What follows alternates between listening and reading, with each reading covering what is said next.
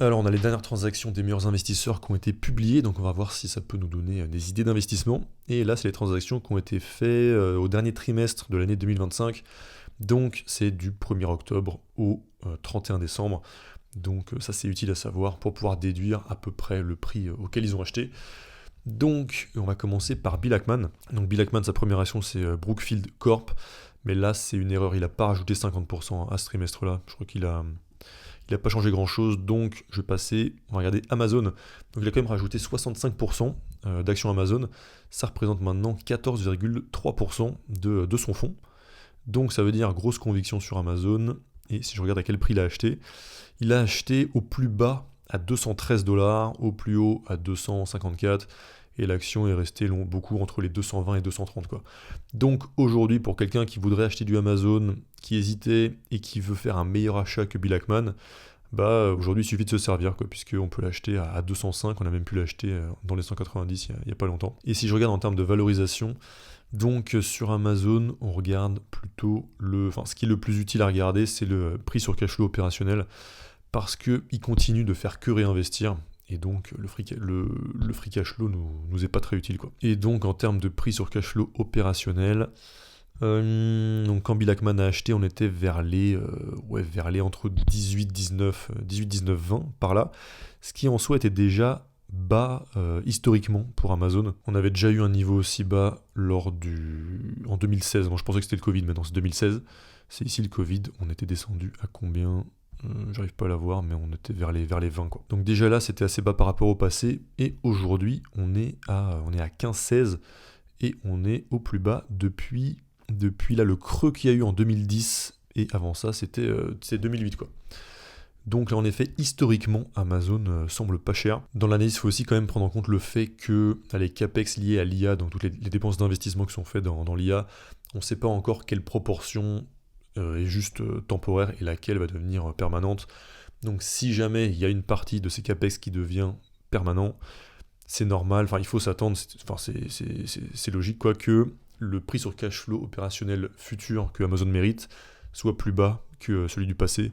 Donc voilà, il faut quand même prendre en compte ça quand on fait juste une comparaison par rapport au passé. Si dans le futur, Amazon c'est un business qui a plus de capex que dans le passé, c'est normal que le prix sur cash flow opérationnel soit plus bas quoi. Donc il y a quand même une incertitude sur ce point-là, mais voilà, ça veut pas dire que c'est pas une bonne affaire. En tout cas, Bill Ackman en a acheté plus cher qu'aujourd'hui.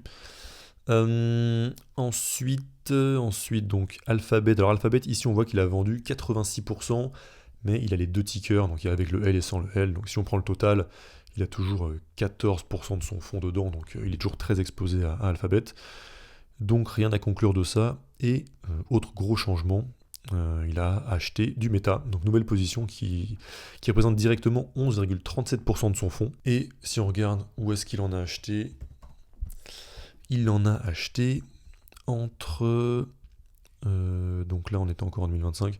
Ouais, donc peut-être qu'il en a acheté ici sous les 600, s'il a eu le bon timing, donc vers les 590-600. Sinon, au plus haut, il a pu acheter à 750.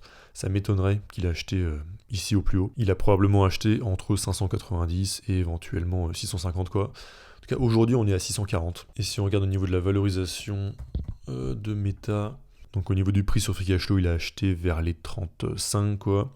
Et si on enlève les capex, c'est vers les 15, et c'est le plus bas depuis janvier 2024. Avant ça, on est allé un peu plus bas, on est allé à 12 en 2020 pendant le Covid, même vers 11 et quelques. Pareil, fin 2018. Et par contre, moi ce que je comprends pas, c'est pourquoi il y a un tel engouement sur Meta aujourd'hui, là en 2026, et alors que personne n'en voulait en 2022-2023, quoi, Bill Ackman non plus, alors que c'était beaucoup plus intéressant à l'époque, quoi. Donc bon, ça me rend assez dubitatif, quoi. Donc ensuite, qu'est-ce qu'il a fait? Il a vendu tout son Chipotle, donc boîte de restaurant mexicain. Et quand est-ce qu'il a vendu ça? Donc il a vendu au plus bas. Il a vendu au plus bas, ce que je trouve un peu bizarre. Alors peut-être qu'il a vendu avant la dernière chute, donc il a vendu entre 30 et 40 dollars. Aujourd'hui on est à 38, et surtout l'action avait atteint un plus haut. À un moment donné, c'est une action sur laquelle il y avait beaucoup d'euphorie. L'action, le multiple de valeur était très élevé. L'action était à mon avis très surévaluée, et je trouve ça bizarre encore une fois de vendre après s'être pris un moins 50% plutôt que de vendre à un pic d'euphorie, d'optimisme et de valorisation, quoi.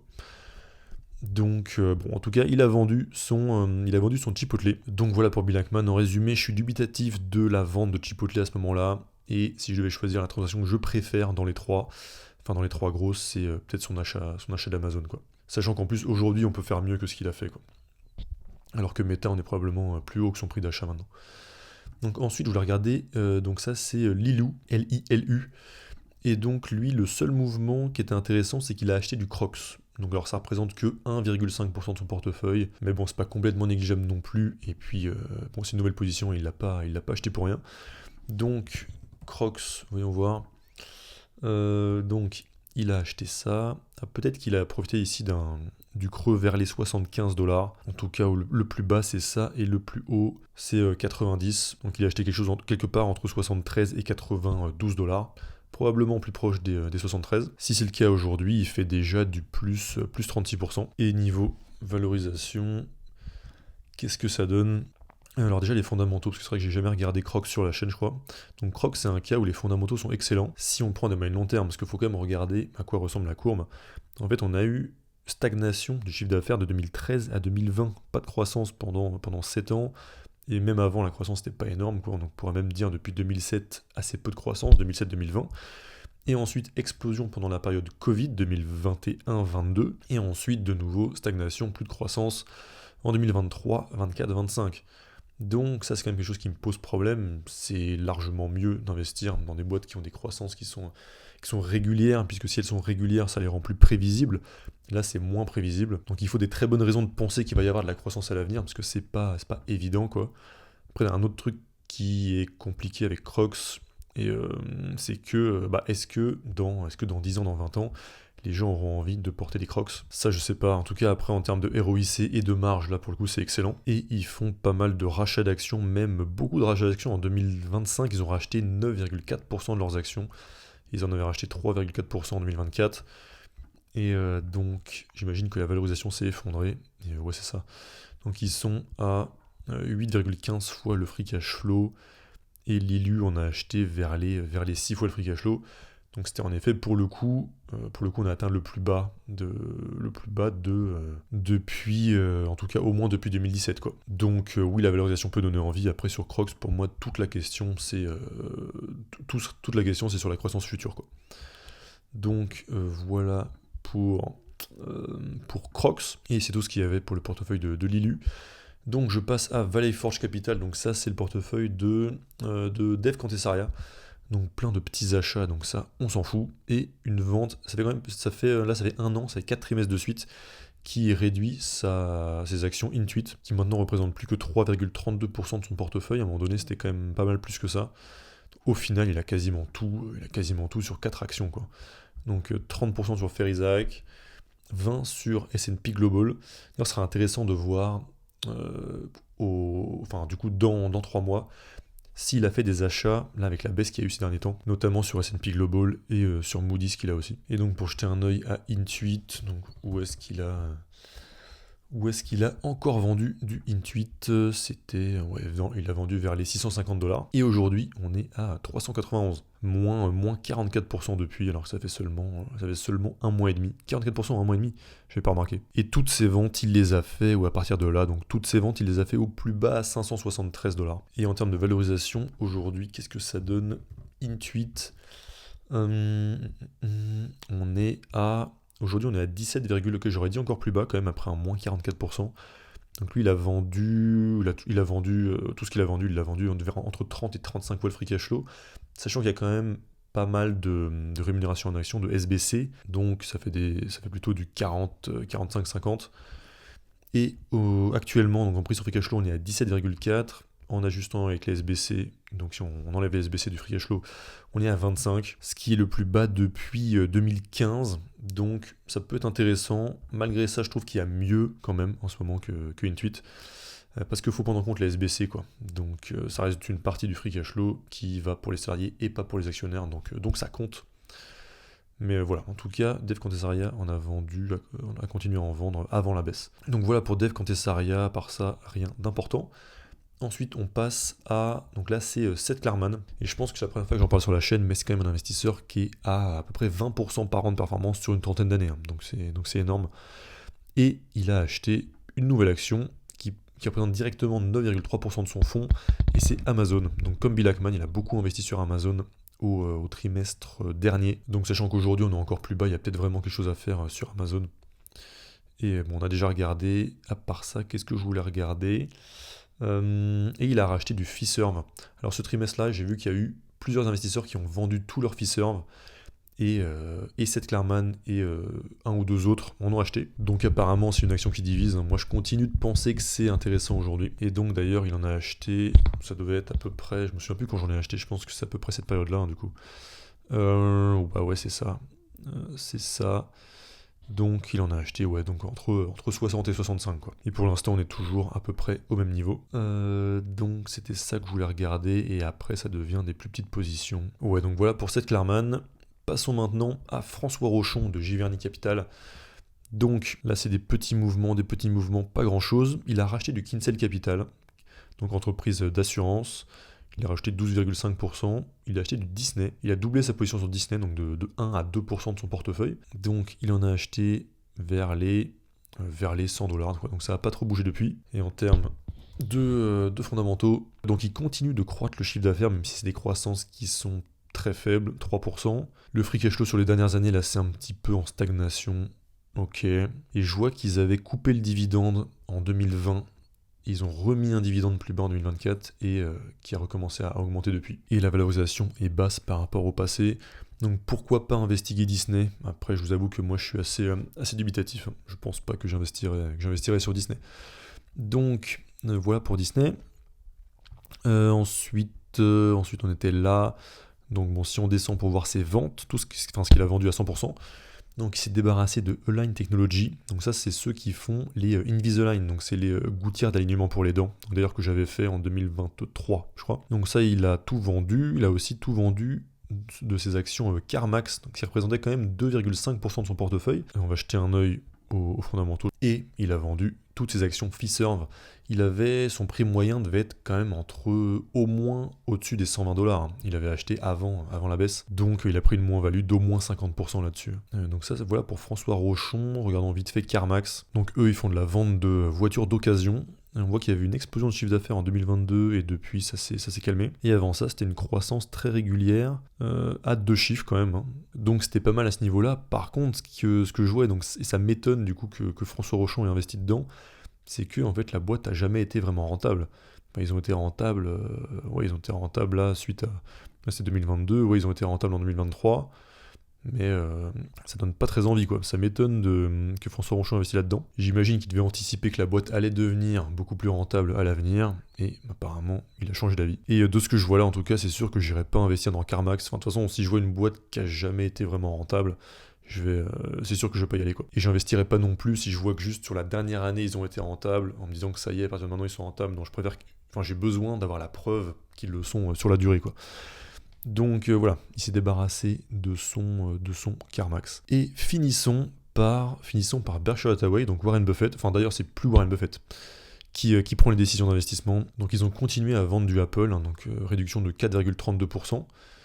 Maintenant ça fait plusieurs trimestres qui vendent du Apple. À un moment donné ça représentait plus de 40% du fonds. Et ça représente maintenant presque autant qu'American Express. Et Apple c'est une action que je trouve trop chère aujourd'hui et que j'irai pas acheter à ces prix-là.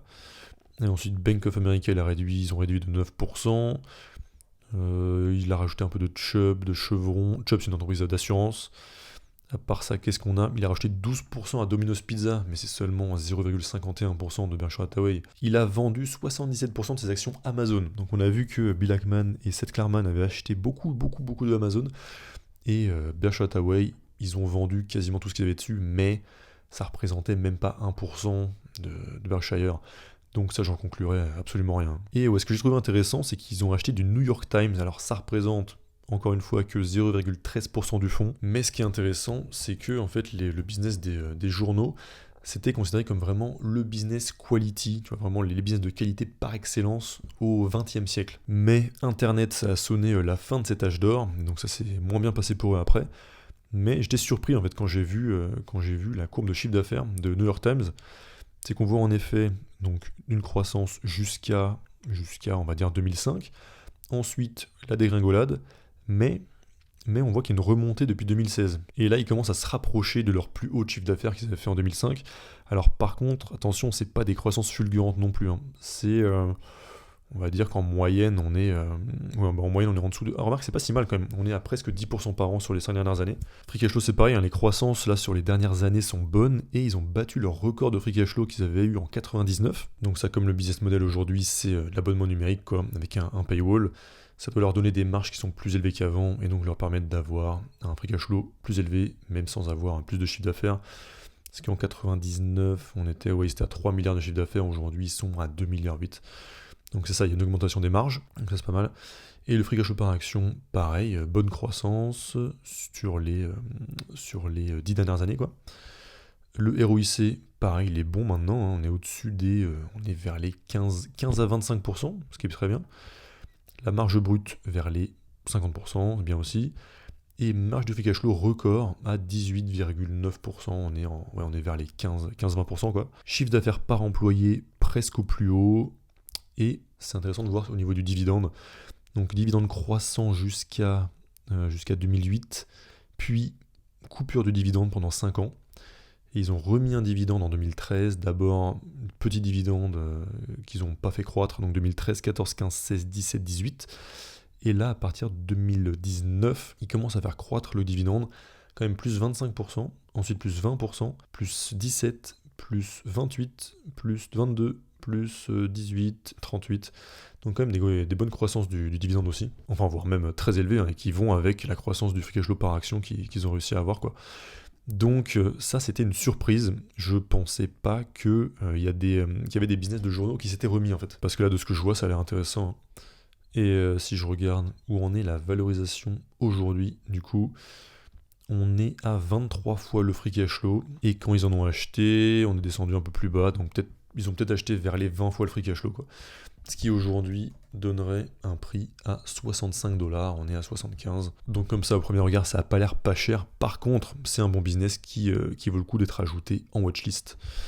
Donc voilà, on a fait le tour des meilleurs investisseurs. Donc qu'est-ce que je retiens ? En fait, je retiens donc de creuser New York Times, c'est intéressant, et surtout Amazon. C'est ça qui ressort le plus, hein, avec Seth Klarman. Et les seuls gros achats qu'il y a eu, vraiment les gros achats, c'était sur Amazon, donc par Seth Klarman et par Bill Ackman. Et puis je rappelle que vous pouvez récupérer mon top 3 des meilleures et des pires actions pour 2026 sur le premier lien en description et sur le bouton qui s'affiche au milieu de l'écran.